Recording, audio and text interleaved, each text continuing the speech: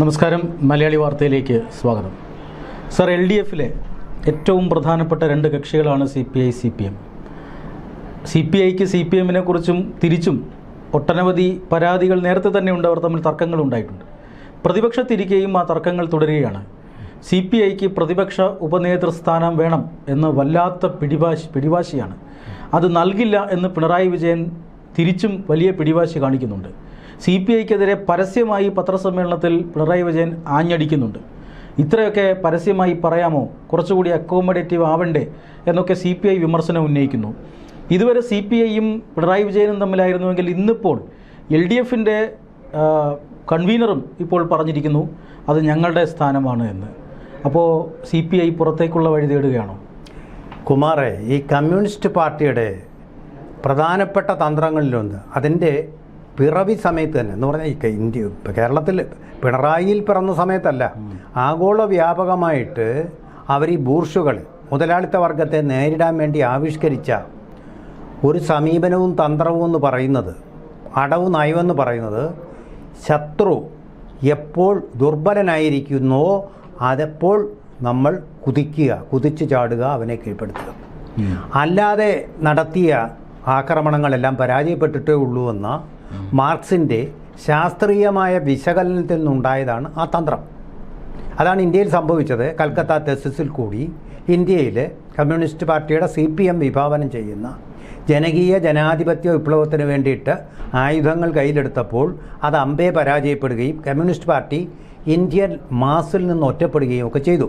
ആ ഒരു ക്ഷീണത്തിൽ നിന്ന് ഒരിക്കലും കമ്മ്യൂണിസ്റ്റ് പാർട്ടി കരകയറിയിട്ടില്ല. അതവിടെ ഇരിക്കട്ടെ, അത് വേറൊരു വിഷയം.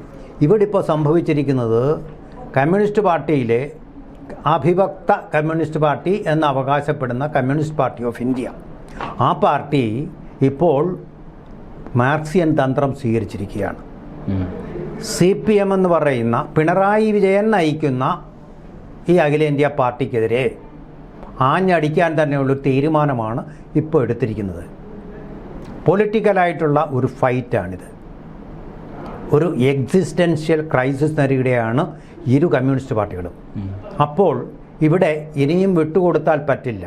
ഇത് തങ്ങളുടെ നിലനിൽപ്പിൻ്റെ പ്രശ്നമാണെന്നുള്ള ബോധോദയത്തിൽ നിന്ന് കമ്മ്യൂണിസ്റ്റ് പാർട്ടിക്ക് വന്ന ഒരു തിരിച്ചറിവാണ് പിണറായി വിജയനെ ഇനിമേൽ താങ്ങേണ്ടതില്ല എന്നുള്ളത്.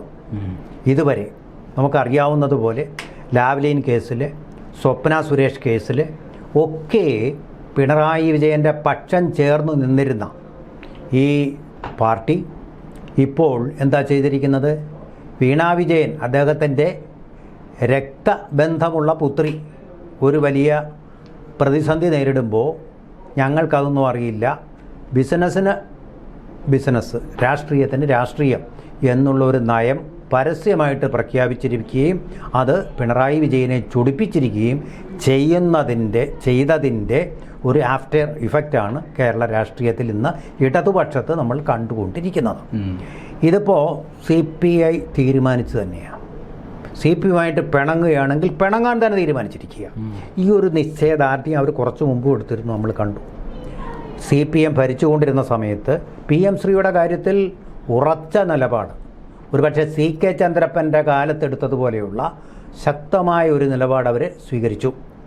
അങ്ങനെ PM ശ്രീ ഒപ്പിട്ട് കൊടുത്ത PM ശ്രീ അലസിപ്പിക്കുവാൻ ഒരു ശ്രമം നടന്നു. അത് ഇത്രമാത്രമായിട്ടുണ്ട് എന്നുള്ളത് നമുക്ക് വ്യക്തമല്ല. എങ്കിലും അതൊന്നും മരവിപ്പിക്കലാണ്, കെപ്റ്റ് ഇൻ അബയൻസ് എന്നാണ് പറയുന്നത്.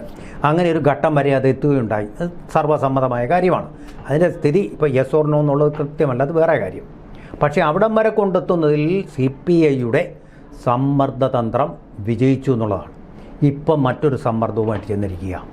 കാരണം ഇത്രയും നാൾ ഞങ്ങൾ സഹിച്ചു, എല്ലാ അഴിമതിക്കും നിശബ്ദ മാപ്പുസാക്ഷികളായിട്ട് ഞങ്ങൾ നിന്നു, കർമ്മസാക്ഷികളല്ലെങ്കിലും. ഇനിയും ഞങ്ങൾക്ക് അർഹിക്കേണ്ടതായിട്ടുള്ള സ്ഥാനമാനങ്ങൾക്ക് വേണ്ടി അവകാശം ഉന്നയിക്കുക എന്നത് തന്നെ തീരുമാനിക്കുകയാണ്. കമ്മ്യൂണിസ്റ്റ് പാർട്ടിയുടെ വാസ്തവത്തിലുള്ള ആവശ്യമെന്ന് പറയുന്നത് ഇതൊന്നുമല്ല, കമ്മ്യൂണിസ്റ്റ് പാർട്ടികളുടെ ലയനം, ഏകോപനമോ ഐക്യമല്ല, മുന്നണിയാകലോ അല്ല, മറിച്ച് ലയനം. ഇല്ലെങ്കിൽ രണ്ട് കമ്മ്യൂണിസ്റ്റ് പാർട്ടികളുടെയും കാര്യം പോകുക തന്നെയാണ്. ഒരു കാലത്ത് ബീഹാറിലൊക്കെ 23-ലധികം സീറ്റുകൾ നേടിയിരുന്ന പാർട്ടിയാണ് CPM-നേക്കാളും കൂടുതലായിട്ട് സീറ്റ് നേടിയിരുന്ന പാർട്ടിയാണ് കമ്മ്യൂണിസ്റ്റ് പാർട്ടി ഓഫ് ഇന്ത്യ. ആന്ധ്രാപ്രദേശിൽ തെലുങ്കാനയിൽ എനിക്കറിയാം, ഞാനവിടെ ഉണ്ടായിരുന്നപ്പോൾ വളരെ ശക്തമായിട്ട് മാസ് ബേസും ട്രേഡ് യൂണിയനുകളും വിദ്യാർത്ഥി സംഘടനകളും ഉണ്ടായിരുന്ന പാർട്ടിയാണ് CPI. ശക്തമായ വേരോട്ടം ഇപ്പോഴും ഉണ്ട് പല സംസ്ഥാനങ്ങളിലും ട്രേഡ് യൂണിയൻ രംഗത്ത് അവർക്ക്. പക്ഷേ അതൊന്നും സീറ്റാക്കി മാറ്റാനുള്ള ഒരു കെമിസ്ട്രി, ആൽക്കമി അവർക്കില്ല എന്നുള്ളതാണ് സത്യം. ഇത് ഐക്യം കൊണ്ട് മാത്രമേ സാധ്യമാകൂ എന്നാണ് വിശ്വസിക്കുന്നത്. ഈ ഐക്യത്തിൻ്റെ തടസ്സം എന്താ? CPM പറയുന്നത്, വിശ്വസിക്കുന്നതും ഇന്ത്യയിൽ വേണ്ടത് ജനകീയ ജനാധിപത്യ വിപ്ലവം, അതായത് മാസ് ബേസിൽ ഉള്ള ഒരു കൽക്കട്ട തേജസിൻ്റെ മാതിരിയുള്ള സായുധമെങ്കിൽ സായുധമായിട്ടുള്ളൊരു വിപ്ലവം കൊണ്ട് മാത്രമേ ഇവിടുത്തെ ഈ ക്ലാസ്ലെസ് ആയിട്ടുള്ള സൊസൈറ്റി സൃഷ്ടിക്കാൻ പറ്റൂ. എന്ന് പറഞ്ഞാൽ വർഗ്ഗങ്ങളില്ലാത്ത സൊസൈറ്റി ഒരിക്കലും സാധിക്കില്ല. ഒരു കമ്മ്യൂണിസ്റ്റ് പാർട്ടിക്കും സാധിച്ചിട്ടില്ല, ചൈനയിൽ പോലും സാധിച്ചിട്ടില്ല. അത് വിജയിക്കില്ലെങ്കിലും ആ ഒരു തിയറി സിദ്ധാന്തം അവർ കൈവടിഞ്ഞിട്ടില്ല. പക്ഷേ കമ്മ്യൂണിസ്റ്റ് പാർട്ടി ഓഫ് ഇന്ത്യയുടെ സിദ്ധാന്തം എന്ന് പറയുന്നത് ദേശീയ ജനാധിപത്യ വിപ്ലവം, അതായത് ജനാധിപത്യത്തിൻ്റെ ഭാഗമായിട്ട് ചേർന്നുകൊണ്ട് തന്നെ അതിൻ്റെ ഭാഗമായിട്ട് നിന്നുകൊണ്ട് വിപ്ലവത്തിലൂടെ ബൂർഷ്വാ ശക്തികളെ, മുതലാളിത്ത വർഗ ശക്തികളെ തകർത്തുകൊണ്ട് ഭരണം സ്ഥാപിക്കുക, സ്ഥിതി സമത്വത്തിലേക്ക് പോവുക. അങ്ങനെ സാധിക്കും. അതങ്ങനെ സാധ്യമല്ലെന്ന് CPI വിചാരിച്ചു. അപ്പോൾ രണ്ടുപേരുടെയും ഡോക്ട്രൈൻസ് അല്ലെങ്കിൽ സിദ്ധാന്തങ്ങൾ തമ്മിൽ ധ്രുവങ്ങളുടെ അകലമുണ്ട്. അവിടെയാണ് CPIയും CPM-ഉം തമ്മിൽ യോജിക്കാത്തത്. താത്വികമായിട്ട് ഒരിക്കലും യോജിക്കാൻ കഴിയുകയില്ല. പക്ഷേ ആ തത്വം മാറ്റിവെച്ച്, ഒരിക്കലും പ്രായോഗികമല്ലാത്ത ആ തത്വം മാറ്റിവെച്ചുകൊണ്ട് ഒന്നിച്ച് ചേരാൻ അവർക്ക് കഴിയും, ഒരു പാർട്ടിയായിട്ട് ലയിക്കാൻ അവർക്ക് കഴിയും. അതിനോട് ഒരു മുരട്ടുവാദം എന്നൊക്കെ പറയത്തില്ലേ, വരട്ടുവാദം എന്നൊക്കെ പറയുന്ന ആ ഒരു വാദം കൊണ്ട് CPM എതിർത്തും ചെതിർത്തും ഇരിക്കുക. CPM-ന് അടിസ്ഥാനപരമായിട്ട് CPI-യെ കണ്ടേകൂടാ. കിട്ടുന്ന അവസരങ്ങളിലെല്ലാം അവർ വെച്ച് താങ്ങാറുണ്ട്. അത് ശാരീരികമായിട്ടും സൈദ്ധാന്തികമായിട്ടും അവരത് ചെയ്യാറുണ്ട്. ഇപ്പോൾ പിണറായി വിജയനെ താങ്ങാൻ ആരുമില്ലാതായിപ്പോൾ ഒറ്റപ്പെട്ട് കഴിഞ്ഞ് പിണറായി, എന്നിട്ടും ശിവൻകുട്ടി CPI-ക്കെതിരെ വന്നു. അത്രമാത്രം ജന്മശത്രുക്കളെ പോലെയാണ് ഈ പാർട്ടികൾ. ഈ ഭട്ടീൻഡ കോൺഗ്രസ്സിലൂടെ ഇടതുപക്ഷ ഐക്യമെന്ന് പറഞ്ഞു, PK വാസുദേവൻ നായർ രാജിവെച്ചു. അത് സാധ്യമായെങ്കിലും മോരും മുതിരയും പോലെ തന്നെയാണ് മുന്നണിയിൽ ഇപ്പോൾ ഈ രണ്ട് പാർട്ടികളും. ഉള്ളിൽ ഉള്ള കാലുഷ്യം, സ്പർദ്ധ ഒരിക്കലും കെട്ടടങ്ങിയിട്ടില്ല. അതും വെച്ചുകൊണ്ടൊരു മുന്നണി ആവുമ്പോൾ അതിൻ്റെ എച്ചു കെട്ടിയാൽ മുഴച്ചിരിക്കുമെന്ന് പറയുന്നത് പോലെയുള്ള മുഴപ്പുണ്ട്. ആ മുഴപ്പിൻ്റെ ഒരു കാര്യമാണ് നമ്മളിപ്പോൾ കണ്ടുകൊണ്ടിരിക്കുന്നത്. ഇതിനി കൂടുതൽ വഷളാവുകയുള്ളൂ. ഇപ്പോൾ പോളിറ്റ് ബ്യൂറോ ഇടപെടുന്നുണ്ട്. പോളിറ്റ് ബ്യൂറോ എന്ത് ചെയ്യാൻ? എല്ലാവർക്കും പിണറായി വിജയനെ പേടിയാണ്, ഒന്നും ചെയ്യാൻ അവർക്ക് കഴിയില്ല. എല്ലാവരും പിണറായി വിജയനെ പിണക്കണ്ട എന്ന് കരുതുന്നു. അതുകൊണ്ട് തന്നെ ഇപ്പോൾ ഇതിൽ മുന്നോട്ടൊന്നും പോകാൻ MA ബേബി സാറിൻ്റെ പോളിറ്റ് ബ്യൂറോയ്ക്ക് കഴിയില്ല, പാർട്ടിക്കും കഴിയില്ല. അപ്പോൾ എന്ത് സംഭവിക്കും? അതിൻ്റെ വരാൻ പോകുന്ന കാര്യം എന്ന് പറഞ്ഞാൽ CPI പ്രത്യേക ബ്ലോക്കായിട്ടിരിക്കും. അതാണ് സംഭവിക്കുക. ഈ പ്രത്യേകത്തിലേക്കും പോകും സാധ്യതയില്ല. അതിപ്പോഴില്ല. അത് ക്രമേണ ആ ഒരു ഡിഫറൻസ് വന്നു കഴിഞ്ഞാൽ പിന്നെ ഇത് തമ്മിൽ പകയുടെ പൂരമായിരിക്കും. അങ്ങോട്ടും ഇങ്ങോട്ടും സ്പർദ്ധ വെച്ചുള്ള ആരോപണങ്ങൾ, പ്രത്യാരോപണങ്ങൾ, അത് നമ്മൾ കണ്ടതാണ്. EMS-ൻ്റെ ഒരു പക കണ്ടില്ല CPI-യോടെ. TV തോമസ് അതുപോലെ MN ഗോവിന്ദൻ ഒരു അഴിമതിയും ചെയ്യില്ല എന്ന് EMS-ന് തന്നെ ഉറപ്പുള്ള രണ്ടുപേർക്കെതിരെ അഴിമതി ആരോപണം. എന്തിനാ? ഇമ്പച്ചി ബാവയ്ക്കെതിരെ അഴിമതി ആരോപണം വന്നതിൻ്റെ പ്രതികാരമായിട്ട്. അതുപോലെയുള്ള പ്രതികാരങ്ങളുടെയൊക്കെ ഒരു തിരനാടകമാണ് കേരള രാഷ്ട്രീയം ഇനി കാണാൻ പോകുന്നത്. അത് എത്തുക തീർച്ചയായിട്ടും കുമാർ പറഞ്ഞതുപോലെ തന്നെ ഞാനും അതിനോട് യോജിക്കുന്നു. അടുത്ത പ്രാവശ്യമെങ്കിലും ഗതികെട്ട് CPI-ക്ക് കോൺഗ്രസിൻ്റെ കൂടാരത്തിലേക്ക് പോകേണ്ടി വരും. ഇത് പറയുമ്പോൾ നമ്മൾ ഓർക്കേണ്ടത് കമ്മ്യൂണിസ്റ്റ് പാർട്ടി ഓഫ് ഇന്ത്യക്ക് അവരുടെ ഏറ്റവും നല്ല റിസൾട്ടുകൾ ഉണ്ടാക്കാൻ കഴിഞ്ഞത് കേരളത്തിലെങ്കിലും കോൺഗ്രസിനോട് ചേർന്ന് നിന്നപ്പോഴാണ്. അവർക്കൊരു മുഖ്യമന്ത്രിയെ കിട്ടി. നല്ല ഭരണം കാഴ്ചവെക്കുന്ന തിളങ്ങുന്ന ഉദാഹരണമായിട്ടുള്ള കേരളത്തിൻ്റെ ഏറ്റവും നല്ല മുഖ്യമന്ത്രി എന്ന് ചോദിച്ചാൽ ഉത്തരം കിട്ടുന്ന ഒരു മുഖ്യമന്ത്രിയെ, C അച്യുതമേനോനെ, അഴിമതിയുടെ കറ പുരളാത്ത ഒരു മുഖ്യമന്ത്രിയെ അവർക്ക് കിട്ടിയുണ്ടായിട്ടുണ്ട്. ആ കോൺഗ്രസിനോട് ചേർന്ന് നിൽക്കുന്നതാണ് കൂടുതൽ ലാഭകരം. പണ്ടത്തെ കോൺഗ്രസ് അല്ല ഇപ്പോൾ രാഹുൽ ഗാന്ധിയുടെ കോൺഗ്രസ് ആണ് എന്നുള്ളത്. താഴോട്ട് ഗ്രാഫ് താഴോട്ട് പോയിക്കൊണ്ടിരിക്കുക എന്നുള്ളതുണ്ട്. ഇപ്പം തന്നെ ലേറ്റസ്റ്റ് സർവേയിൽ ഇപ്പോൾ വരുന്നത് NDA മുന്നണിക്ക് 361 സീറ്റ് കിട്ടി. ഇപ്പോൾ തിരഞ്ഞെടുപ്പ് നടത്തിയ ഒറ്റയ്ക്ക് ഭൂരിപക്ഷം കിട്ടും. BJPക്ക് 261 കിട്ടും. അതല്ല ഈ രാഹുൽ ഗാന്ധിയുടെ ബ്ലണ്ടേഴ്സ് കൊണ്ട് സംഭവിക്കുന്ന. എങ്കിലും വേണ്ടില്ല, ആശയപരമായിട്ട് യോജിച്ചു പോകാൻ കഴിയും. ഇടതുപക്ഷ ദിമാഗി നക്സലൈറ്റ് ആണ് വാസ്തവത്തിൽ ഈ രാഹുൽ ഗാന്ധി. CPI പണ്ടും നക്സലൈറ്റ് കക്ഷികളുമായി, CPI ML പോലുള്ള നക്സലൈറ്റ് കക്ഷികളുമായിട്ട് ബീഹാറിൽ ഒന്നിച്ച് ചേർന്ന് നിന്നിരുന്നു, ഒരുമിച്ച് പൊരുതിയിരുന്നു. അവർക്ക് വലിയ വ്യത്യാസം, അവരോട് എല്ലാം യോജിപ്പുമാണ്. വലതുപക്ഷം എന്നുള്ള എനിക്ക് തോന്നുന്നില്ല ആ ഒരു സ്റ്റിഗ്മ മാറിക്കിട്ടാൻ വേണ്ടിയുള്ള ഒരു ശ്രമമാണെന്ന് തോന്നുന്നു. അതെന്തായാലും അത് നടക്കുന്നുണ്ട്. അപ്പോൾ അങ്ങനെ വരുമ്പോൾ കേരളത്തിൽ കാണാൻ പോകുന്നത് അടപടലം CPIയും CPM തമ്മിലുള്ള പണ്ടത്തേതിൻ്റെ പിന്നത്തേതായിട്ടുള്ളൊരു പോരാട്ടമായിരിക്കും എന്നുള്ള കാര്യത്തിൽ യാതൊരു വിധമായിട്ടുള്ള സംശയവുമില്ല. CPI അടപടലം ഇപ്പോൾ പോവില്ല, കാരണം തെരഞ്ഞെടുപ്പിനെ നേരിട്ട് ഒരുമിച്ച് നിന്നാണല്ലോ. അടുത്ത തെരഞ്ഞെടുപ്പിലെങ്കിലും ശക്തമായിട്ട് തിരിഞ്ഞു പോകും. ജനേകുത്തിൽ സത്യൻ മൊകേരി എഴുതിയ മുഖലേഖനം അതിൻ്റെ ഒരു സൂചന തന്നെയാണ്. ഇനി നവയുഗവും ദേശാഭിമാനിയും ജനയുഗവും തമ്മിൽ കടുത്ത പോരാട്ടങ്ങളുടെ ഒരു രാഷ്ട്രീയ വേദിയായിട്ട് കേരളം മാറും. ഇതിലൊരു ഒത്തുതീർപ്പിന് പിണറായി വിജയൻ വിട്ടുകൊടുക്കുകയുമില്ല, പോളിറ്റ് ബ്യൂറോയ്ക്കും വിട്ടുകൊടുക്കില്ല, CPIക്കും വിട്ടുകൊടുക്കില്ല. ഫലത്തിൽ ഇവിടെ ഉണ്ടാവുന്ന ഉപനേതാവെന്ന് പറയുന്നത് CPM-കാരൻ തന്നെയായിരിക്കും. ഇനി അടുത്ത് വരാൻ പോകുന്നിടത്ത് CPIയോടൊപ്പം കസേര പങ്കിടുകയില്ല CPI, അവർ പ്രത്യേക ബ്ലോക്കായിട്ടും ഇരിക്കും.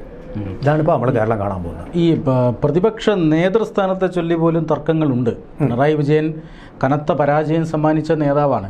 അദ്ദേഹം വീണ്ടും പ്രതിപക്ഷ നേതൃസ്ഥാനത്തേക്ക് വരില്ല എന്നാണ് എല്ലാവരും കരുതിയത്, CPM-ലെ ചില നേതാക്കന്മാരടക്കം. പക്ഷെ അദ്ദേഹം അവിടെ അപ്രമാദിത്വം കാട്ടി. നമുക്കറിയാമല്ലോ, ഇപ്പോൾ ഭരണപക്ഷത്തെ പ്രതിരോധിക്കുന്നതിന് പോലും പ്രതിപക്ഷത്തിന് കഴിയുന്നില്ല. തിരിച്ചായിരുന്നു വേണ്ടിയിരുന്നത്. ഒന്ന് എന്തെങ്കിലും മിണ്ടു എന്ന് അടുത്തിരുന്ന MLA പിണറായിയോട് പറയുന്നത് നമ്മൾ കേട്ടതാണ്. അപ്പോൾ അങ്ങനെ ഒരു ദുർബലനായ പ്രതിപക്ഷ നേതാവ് ഇരിക്കുമ്പോൾ ഒരു ഉപനേതാവ് മറ്റൊരു പാർട്ടിയിൽ നിന്നും വരുന്നത് പിണറായിയെയും അതുപോലെ തന്നെ CPM-നെയും ക്ഷീണിപ്പിക്കുമെന്നുള്ളത് കൊണ്ടാണോ പിണറായിയുടെ എതിർപ്പിൻ്റെ കാരണം?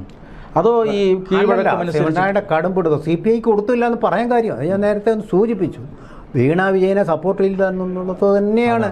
ബിസിനസ് വേറെ രാഷ്ട്രീയം വേറെ എന്ന് പറഞ്ഞപ്പോഴാണ് ഇത്രയും തുറന്നു പറഞ്ഞത് അദ്ദേഹം. പാർട്ടി വേദിയിൽ ചർച്ച ചെയ്യേണ്ട ഒരു കാര്യമാണ്, പത്രക്കാരോട് പറയേണ്ട കാര്യമേ ഇല്ലായിരുന്നു. മനസ്സിലായില്ലേ? അത് അദ്ദേഹം തുറന്ന് അടിച്ചത് പ്രതികാര രുദ്രനാണ്. നമുക്കറിയാം പിണറായി വിജയൻ അറ്റാക്ക് ചെയ്താൽ തിരിച്ച് അദ്ദേഹം അറ്റാക്ക് ചെയ്യും, മറക്കില്ല. അത് പത്രക്കാർക്കും എല്ലാം അറിയാവുന്ന ഒരു രഹസ്യം. അതുകൊണ്ടാണ് അദ്ദേഹത്തെ പലരും ഭയക്കുന്നത്. MA ബേബി പോലും ഭയക്കുന്നു അതാണ് കൊണ്ടാണെന്ന് തോന്നുന്നു. തിരിച്ചു കൊടുക്കും, വെച്ചു കൊടുക്കും, ഒരു സംശയവുമില്ല. അതാ വാടിക്കൽ രാമകൃഷ്ണൻ സംഭവം തൊട്ട് അദ്ദേഹം കാണിക്കുന്ന ഒരു പ്രവണതയാണത്. ആ TP ചന്ദ്രശേഖരൻ കേസിൽ കുലം കുത്തി എന്ന് പറയാൻ ചങ്കൂറ്റത്തോടു കൂടി പിന്നെയും അതിന് യാതൊരു ദാക്ഷിണ്യവും ഇല്ലാതെ പറഞ്ഞുകൊണ്ടിരുന്ന ഒരു വ്യക്തിയാണ്. അങ്ങനെ ഒരാളാണ് അദ്ദേഹം. അതുകൊണ്ട് ഞാൻ പിടിച്ച മുയലിന് 3 കൊമ്പെന്നുള്ള ആ ഒരു പിടിത്തത്തിലെ അദ്ദേഹം നിൽക്കൂ. ഉപസമിതി ഒരു മന്ത്രിസഭാ സ്ഥാനവും ഇല്ല, ഒരു ക്യാബിനറ്റ് റാങ്കുമില്ല. നമുക്കറിയാം കഴിഞ്ഞ പ്രാവശ്യം ആരായിരുന്നു പ്രതിപക്ഷ ഉപനേതാവ്, ചിന്തിക്കുന്ന പോലുമില്ല നമ്മൾ. It is an irrelevant post, but the fight is all about politics, not about the deputy leader. അപ്പോൾ കേരളത്തിലെ ഒരു രാഷ്ട്രീയം, ഇടതുപക്ഷ രാഷ്ട്രീയം എന്ന് പറഞ്ഞാൽ ഒരു തോൽവി വരുന്നു, ആ തോൽവിയെ കവച്ചു വെച്ചുകൊണ്ട് അടുത്ത 5 വർഷം കഴിയുമ്പോൾ ഭരണം പിടിക്കുക എന്ന രീതിയിലേക്കാണ് പലപ്പോഴും കേരളത്തിലെ പ്രതിപക്ഷ മുന്നണികൾ പോയിക്കൊണ്ടിരുന്നത്. പക്ഷേ ഓൾ ഇന്ത്യ തലത്തിലൊരു പുതിയ പ്രതിഭാസം എന്നുള്ളത് തോറ്റ പാർട്ടി വീണ്ടും വീണ്ടും നശിച്ച് ജീർണിച്ചു പോകുന്നു. തൃണമൂൽ കോൺഗ്രസ് ഒക്കെ കണ്ടില്ലേ? അതേ അവസ്ഥയാണോ ഇനി LDF-ലേക്ക് വരാനിരിക്കുന്നത്? കാരണം ഓരോ പാർട്ടിയും കൊഴിഞ്ഞു പോവുകയാണ്.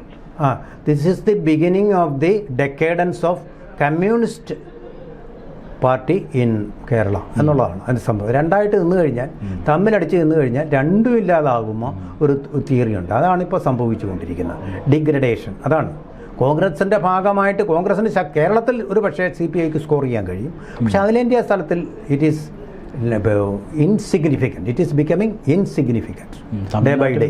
തമിഴ്നാട്ടിലും കോൺഗ്രസും CPIയും എല്ലാം ഭരണമുന്നണിയോടൊപ്പം വിജയിക്കൊപ്പമാണ്, ഒരുമിച്ചാണ്, ഒരേ മുന്നണിയിലാണ്. അതെ. അപ്പോൾ കേരളത്തിലും അവർക്ക് പ്രാവർത്തികമാക്കുന്നതിൽ വലിയ പ്രയാസമൊന്നുമില്ല. ഇല്ല. പക്ഷേ തമിഴ്നാടല്ല കേരളം. ഈ കേരളത്തിലെ സ്ഥിതി എന്ന് പറഞ്ഞാൽ മാസ് ബേസ് ഉള്ളത് CPM-നാണ്. അതിൻ്റെ തലപ്പത്തിരിക്കുകയും എല്ലാവരും കൊണ്ടു നടക്കുകയും ചെയ്ത ആളിന്ന് അഴിമതിയുടെ ഹവാല കേസുകളുടെ നടുവിൽ നിന്ന് നിലയില്ലാ കാര്യത്തിലാണ് നിൽക്കുന്നത്. ആർക്കും രക്ഷിക്കാൻ പറ്റില്ല, പാർട്ടിക്കും രക്ഷിക്കാൻ പറ്റില്ല. പക്ഷേ ഈ LDF-ൽ ഒരു 2ാം സ്ഥാനമെങ്കിലും ഉണ്ട്. UDF-ൽ എത്ര സ്ഥാനമായിരിക്കും? കാരണം കോൺഗ്രസ് ഉണ്ട്, അവിടെ മുസ്ലിം ലീഗ് ഉണ്ട്, കേരള കോൺഗ്രസിൻ്റെ ജോസഫ് വിഭാഗമുണ്ട്, മറ്റു പലരും ഉണ്ട്. കോൺഗ്രസിനകത്ത് തന്നെ പല അവാന്തര വിഭാഗങ്ങളുണ്ട്. അപ്പോൾ CPIയെ ആര് മൈൻഡ് ചെയ്യാനാണ് UDF-ൽ? ഇപ്പം UDF-ഉം മോശം ഭരണമാണ് ഇപ്പോൾ കാഴ്ചവെക്കുന്നതെന്ന് പൊതുവേ കോൺഗ്രസ് തന്നെ പറയാറുണ്ട്. ഇതിലും ഭേദം പിണറായി വിജയനാണ്. എന്നാൽ പിണറായി വിജയനോ? ജനങ്ങൾ വാസ്തവത്തിൽ കടലിനും ചെകുത്താനും ഇടയിൽപ്പെട്ടിരിക്കുക, ബിറ്റ്വീൻ ഷില്ല ആൻഡ് കാരിബ്ഡിസ് എന്ന് പറയുന്നത് പോലെ. അപ്പോൾ ജനങ്ങളുടെ ചോയ്സിനെ അടുത്തായിട്ട് വരാൻ പോകുന്ന, എന്നാൽ ഇനിയൊന്ന് മാറി നമുക്ക് കുത്തി നോക്കാം, NDA മുന്നണിക്കൊന്ന് കുത്തിയാലോ എന്നൊരു ചിന്തയിലേക്ക് അളമുട്ടിയാൽ ചേരയും കടിക്കുമെന്ന് പറയുന്നത് പോലെ. എന്നാൽ അവരെ ഒന്ന് നോക്കിക്കളയാം, അവസാനത്തെ ഒരു അവരുടെ ആശ്രയമായിട്ടും ഒരു ചോയ്സായിട്ടും ചിലപ്പോൾ അങ്ങനെ വരാനുള്ള സാധ്യത നമുക്ക് തള്ളിക്കളയാനും കഴിയില്ല. എന്തായാലും CPIയുടെ പിണക്കം അത് നേരത്തെയും ഉണ്ടായിട്ടുണ്ട്. പക്ഷേ ഇത്തവണത്തെ പിണക്കം അതത്ര സാധാരണമല്ല. കേരള രാഷ്ട്രീയത്തിൽ സമൂലമായ പരിവർത്തനത്തിലേക്ക് അത് പോകുമെന്നാണ് വിലയിരുത്തപ്പെടുന്നത്. തീർച്ചയായിട്ടും there won't be any compromise. ആ തരത്തിലേക്ക് പോയി കഴിഞ്ഞു. It is a prestige fight.